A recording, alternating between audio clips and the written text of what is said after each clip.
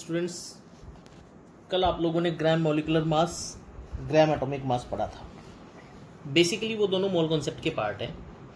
अब बीच में mole concept को वहीं छोड़ करके मैं एम्पिरिकल फॉर्मूला करवा रहा हूँ ताकि तुम लोगों को मोल्स बनाने आ जाए, तुम लोगों को मॉलिक्यूलर फॉर्मूला बनाना आ जाए। फिर लास्ट में हम लोग मोल कॉन्सेप्ट को और स्टोइकोमेट्री को एक साथ पढ़ेंगे।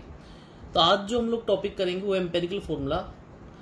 अगर कोई भी सब्जेक्टिव टेस्ट होगा इस चैप्टर का, उसमें से एक क्वेश्चन एम्पिरिकल फॉर्मूले का 100% बनता है। ठीक है। और empirical formula directly empirical formula भी पूछ सकता है, या एम्पिरिकल फॉर्मूला निकलवा करके वो तुम लोगों से एन फैक्टर एन की वैल्यू निकलवा लेगा, एन फैक्टर ना बोल करके मॉलिक्यूलर फॉर्मूला निकलवा लेगा। तो पहले तुम लोगों को एम्पिरिकल फॉर्मूला पता होना चाहिए। हेडिंग जो है वो है empirical and molecular formula.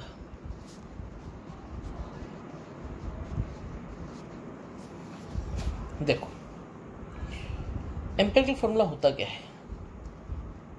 It is simple whole number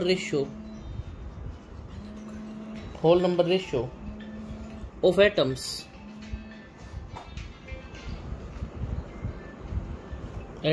of each element present in molecule of substance.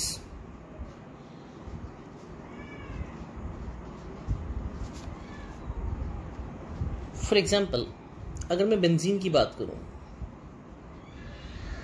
Benzene का एम्पिरिकल फॉर्मूला होता है CH। ठीक है। अभी मैं निकलवाऊंगा तुम लोगों से एम्पिरिकल और मॉलिक्यूलर फॉर्मूला। ये बेसिकली न्यूमेरिकल पार्ट है। डेफिनेशंस तुम्हें पता तो होनी चाहिए, लेकिन यहां से न्यूमेरिकल बनेगा 100%। दूसरा molecular formula,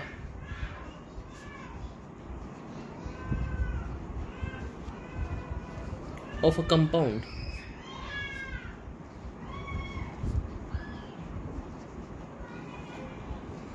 expresses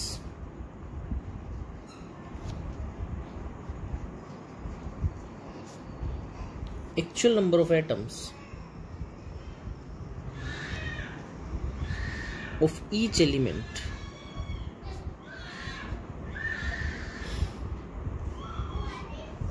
present in one molecule. देखो फिर क्या होता है, मॉलिक्यूलर फॉर्मूला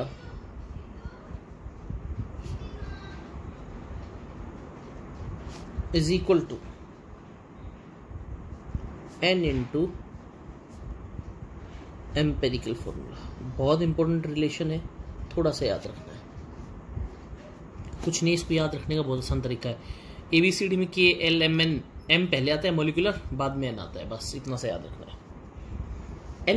N क्या होता है? N is equal to molecular formula mass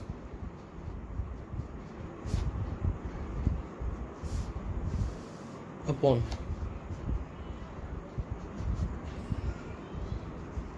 empirical formula mass.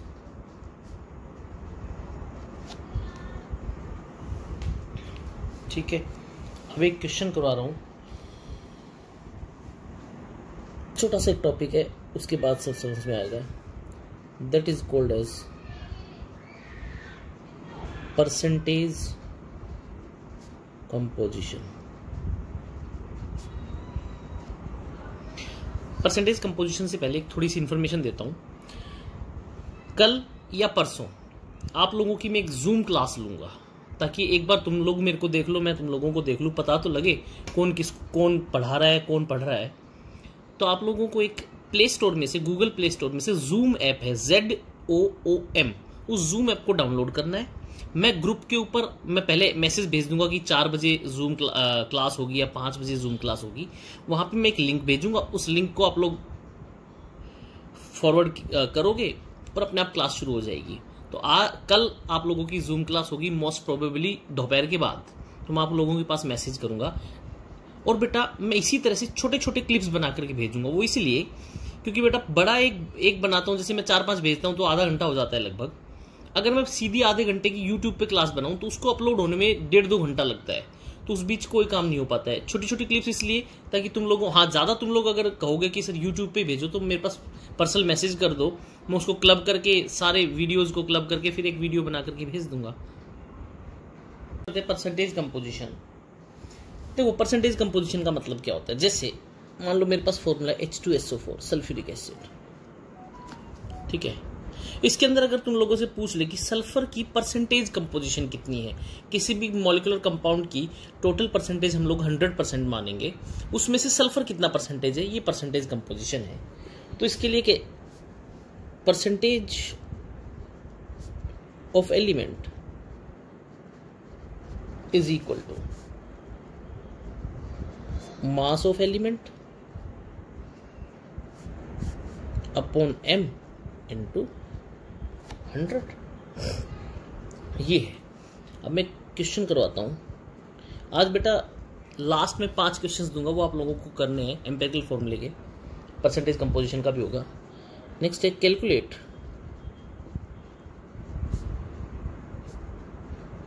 Percentage composition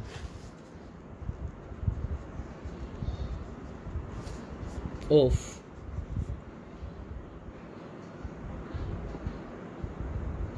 calcium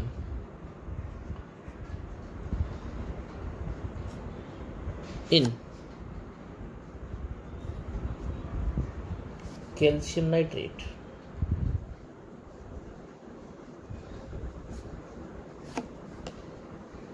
देखो कैसे,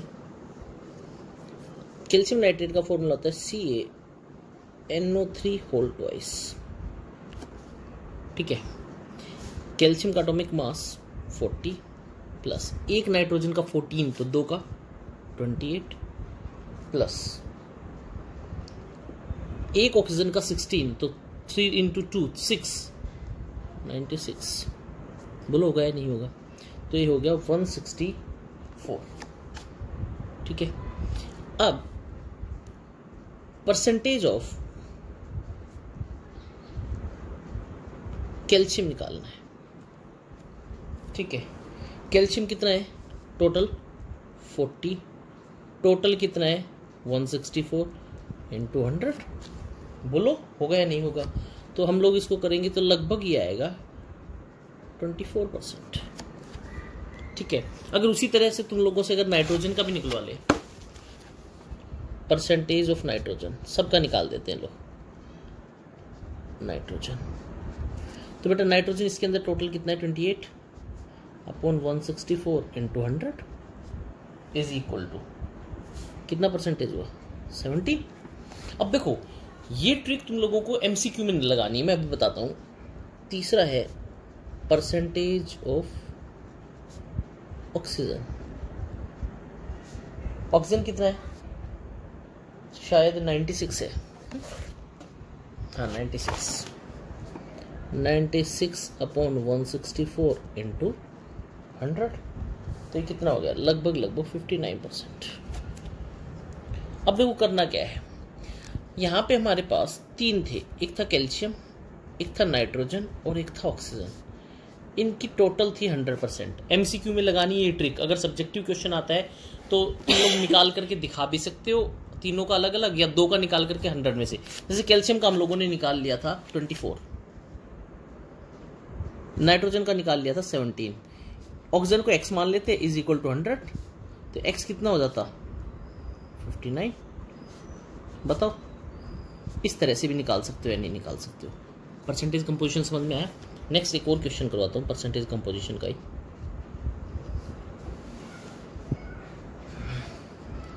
calculate percentage composition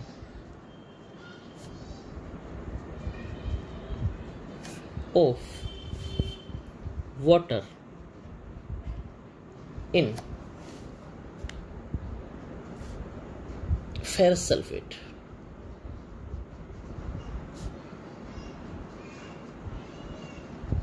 pure ferrous sulphate का फॉर्मूला होता है FeSO4.7H2। ठीक है, FeSO4.7H2। इसके अंदर आप लोगों को आयरन की वाटर की परसेंटेज निकालनी है, वो भी नेक्स्ट वीडियो में करवाता हूँ मैं। Next, percentage composition of water in ferrous sulphate. देखो Fe एक है plus S1 plus O4 plus 7 × H2। Fe का एक का होता है 56 प्लस 32 प्लस 64 प्लस 126। बोलो ये हुआ है नहीं हुआ? तो टोटल जो आपके पास आया वो आया 278। अब आप लोगों को वाटर की परसेंटेज निकालनी है, percentage of water.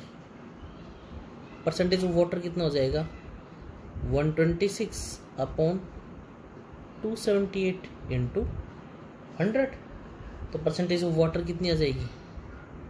45.32%। Low iron की भी निकाल लो, परसेंटेज ऑफ आयरन कितना हो जाएगा?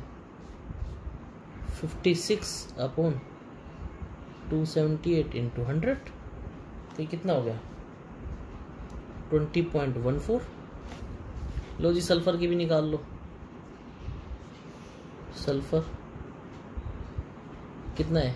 32 अपॉन में 278 × 100। तो ये कितना हुआ? 11.5%। नेक्स्ट कौन बच गया? ऑक्सीजन को भी क्यों छोड़ा फिर? ऑक्सीजन, वैसे ऑक्सीजन की डायरेक्ट भी निकाल सकते हो। 45 + 20 + 11, 100 में से माइनस करो, जो आएगा वो आएगा। लो करी इस डायरेक्ट निकालें। 45.32 + 20.14 + 11.5 प्लस x = 100। तो ये आ गया x कितना आ गया ऑक्सीजन का? 23.0। बोलो बात समझ में आई है नहीं आई? ठीक है, नेक्स्ट अब हम लोग जो कर रहे हैं, क्वेश्चन करवाता हूँ मैं तुम लोगों को।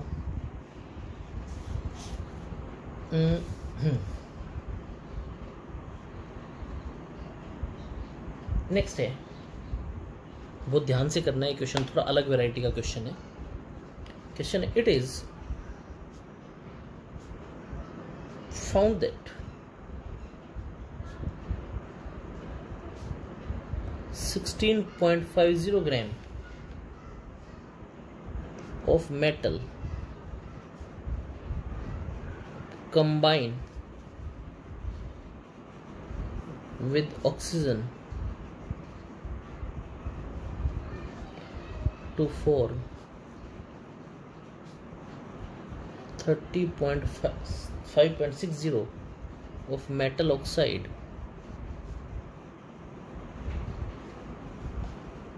Calculate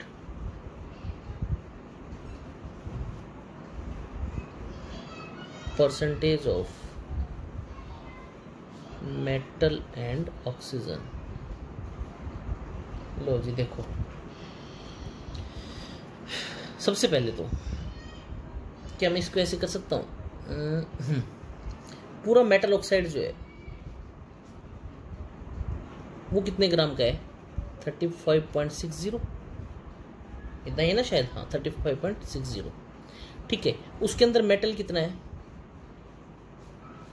16.50। मेटल ऑक्साइड बनेगा मेटल प्लस ऑक्साइड। जैसे मान लो ये कोई मेटल है, मैं कहता हूँ मैग्नीशियम, मैग्नीशियम का ऑक्साइड बना MgO। ठीक है, तो इसमें मैग्नीशियम हो गया और ऑक्सीजन हो गया, ये दोनों मिलकर के मेटल का ऑक्साइड बना। क्या मैं मेटल ऑक्साइड में से मेटल की अगर कंपोजिशन निकाल दूं तो अब मेरे पास जो बचा, क्या वो केवल ऑक्सीजन बच गया या नहीं बच गया? ठीक है, अब भाई इतना ऑक्सीजन है, इतना मेटल है, निकाल लो। परसेंटेज ऑफ ऑक्सीजन कितना आया? 19.10। टोटल कितना था? 35.60 इंटू 100। तो ये लगभग आया, सोल्व करोगे तो ये आया 53.7। अब इसको डायरेक्ट भी निकाल सकते हो तुम लोग। क्या 100 - 53.7 वो क्या बच गया, मेटल, लेकिन हम लोग सॉल्व कर लेते हैं। परसेंटेज ऑफ मेटल वो कितना हुआ, वो हुआ मेटल कितना था 16.50 अपॉन 35.60 इंटू 100, तो मेटल कितना आ गया बेटा 46.3। बोलो बेटा बात समझ में आई या नहीं आई? इसके ऊपर बेस्ड एक क्वेश्चन भी दे रहा हूँ तुम लोगों को। नेक्स्ट न्यूमेरिकल करते हैं। An organic compound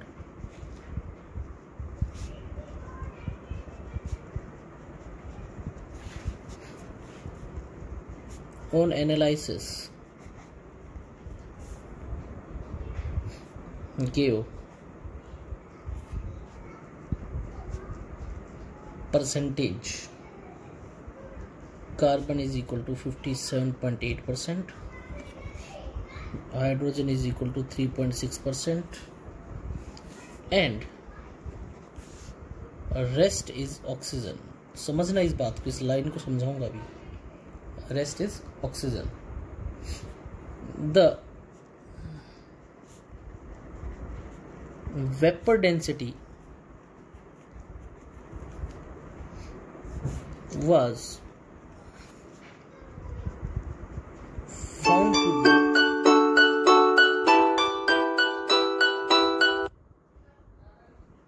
found to be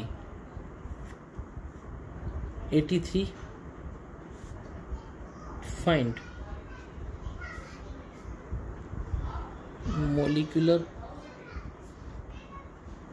formula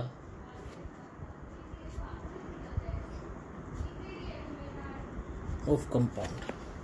इस न्यूमेरिकल के अंदर दो नए कॉन्सेप्ट सिखाऊंगा, दोनों के दोनों याद हो जाने चाहिए, बहुत आसान है, बार बार यूज होंगे। देखो ऑर्गेनिक कंपाउंड, इसमें कार्बन है और हाइड्रोजन है, एंड रेस्ट इज ऑक्सीजन। इसका मतलब बताऊं क्या हुआ, कार्बन दे रखा है 57.8%, हाइड्रोजन दे रखा है 3.6%, और ऑक्सीजन कितना आया मैंने बताया रखा है, टोटल परसेंटेज कितनी होगी 100, तो ऑक्सीजन कितना हो गया, ये हो गया 61.4,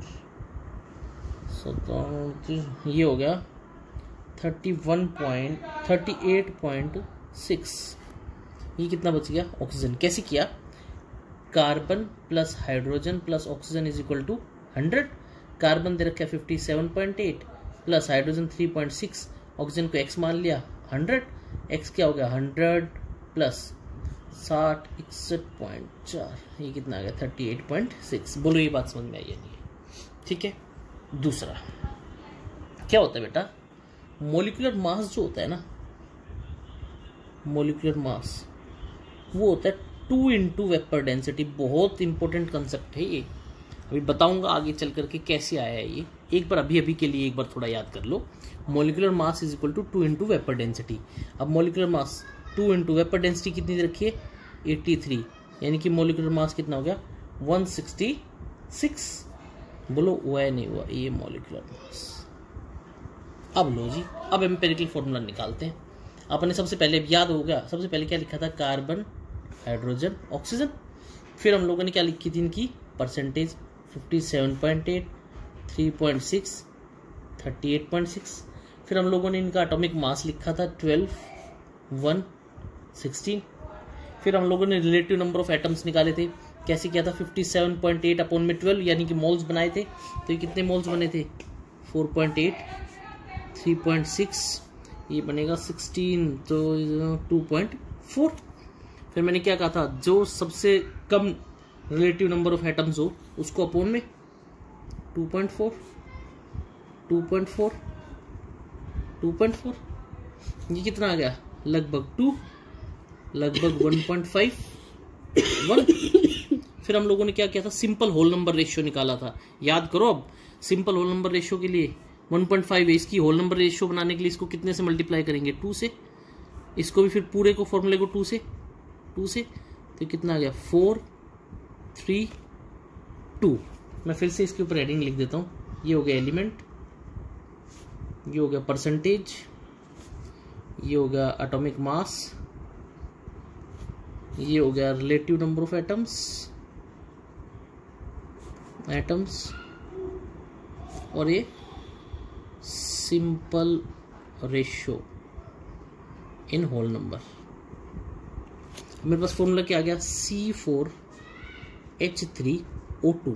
ये फॉर्मूला कौन सा है, एम्पेरिकल फॉर्मूला, एम्पेरिकल फॉर्मूला, ठीक है। अब अपने को पता है molecular mass, sorry molecular formula is equal to N into empirical formula. अरे यार निकाला तो था N into empirical formula. N के लिए क्या निकाला था, molecular mass upon empirical mass. Molecular mass कितना दे रखा है, 166। एम्पेरिकल मास, एक कार्बन का 12 तो 4 का 48, एक हाइड्रोजन का 1 तो 3 का 3, एक ऑक्सीजन का 16 तो 2 का 32। तो कितना हो गया, 166 अपॉन में 83 इज इक्वल टू, ये कितना हो गया, 2 ही तो हुआ। तो अब n की वैल्यू आ गई 2। तो अब एम्पेरिकल फॉर्मूला था C4H3O2, तो मॉलिक्यूलर फॉर्मूला क्या हो जाएगा, n into empirical formula, N2 into C4H3O2, formula क्या हो गया, C8H6O4। बोलो बेटा बात समझ में आई या नहीं है, ठीक है। अब मैं 3-4 क्वेश्चंस भेज रहा हूँ, वो तुम लोगों को सॉल्व करने हैं।